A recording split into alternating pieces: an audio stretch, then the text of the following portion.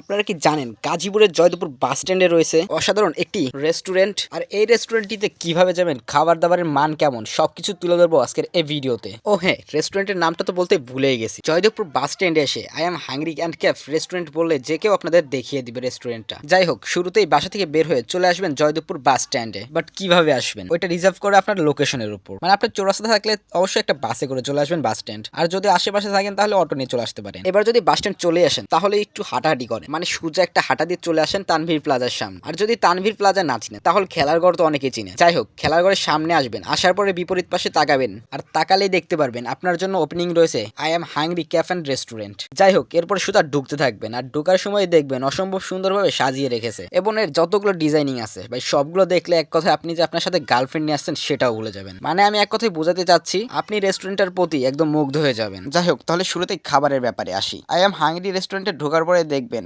প্রত্যেকটা টেবিলে একটি করে মেনু কার্ড দিয়ে আছে। বাট মেনু কার্ড আমাদের মতো চেক দেওয়ার কোনো দরকার নেই, কোনো চিন্তা ভাবনা ছাড়াই হাংরি ক্যাফের মিট বক্সটা অর্ডার দিয়ে ফেলুন। ভাই প্রচুর টেস্ট লাগবে, আর আপনি কমসে কম 10-এর ভিতরে 7 তো দিবেনই। আর ভাই মিট বক্সটা পুরো ফুল ভর্তি দিয়েছিল, আর এই মিট বক্সটার দাম হচ্ছে 310 টাকা। যাই হোক, আবার ডিজাইনের ব্যাপারে আসি। রেস্টুরেন্টের ভিতরে ডিজাইনটা ছিল ভাই অসাধারণ দেখতে, মানে এক কথায় কি বলবো, চারপাশে যেদিকে তাকানো যাচ্ছিল শুধু গ্লাস আর গ্লাস দেখা যাচ্ছিল। এছাড়াও এখানকার স্টাফদের আচরণটা ছিল বেশ ভালো। আপনারা চাইলে ভিতরের বাইরে সবগুলো ভালো মতো ঘুরে দেখতে পারেন, মানে এক কথায় বলতে গেলে যেমন মান তেমন গুণ। বাট আমার কাছে রেস্টুরেন্টটার রুফটপটা বেশি ভালো লাগছে। মানে ছাদের উপরে গেলে দেখতে পারবেন অসম্ভব সুন্দর একটি খোলামেলা জায়গা, যেখানে কিনা আপনি আপনার ভালোবাসার মানুষকে মনের কথা খুলে বলতে পারবেন। বাট সেখানে একটাই আফসোস ছিল, আমি আর অর্ণব ভাই সিঙ্গেল ভাবে গিয়েছিলাম। ভাই 1.5 থেকে 2 মিনিটের ভিডিও তার কি বোঝাবো, আপনারা চাইলে সামনাসামনি দেখতে পারেন। যাই হোক, এবার ওয়াশরুমের ব্যাপারটাই আসি। রুফটপের নিচে অর্থাৎ ছাদের নিচে দেখতে পারবেন কিচেন রুম, তার বিপরীত পাশে আছে একদম ক্লিন ফ্রেশ ওয়াশরুম। এই তো আমি আর অর্ণব ভাই বেশ কিছুক্ষণ তাকিয়েছিলাম ওয়াশরুমের মিররের দিকে। যাই হোক, আশা করি বুঝতে পারছেন আসলে রেস্টুরেন্টটা কেমন। 2 মিনিটের ভিডিওতে রেস্টুরেন্টটা দেখার জন্য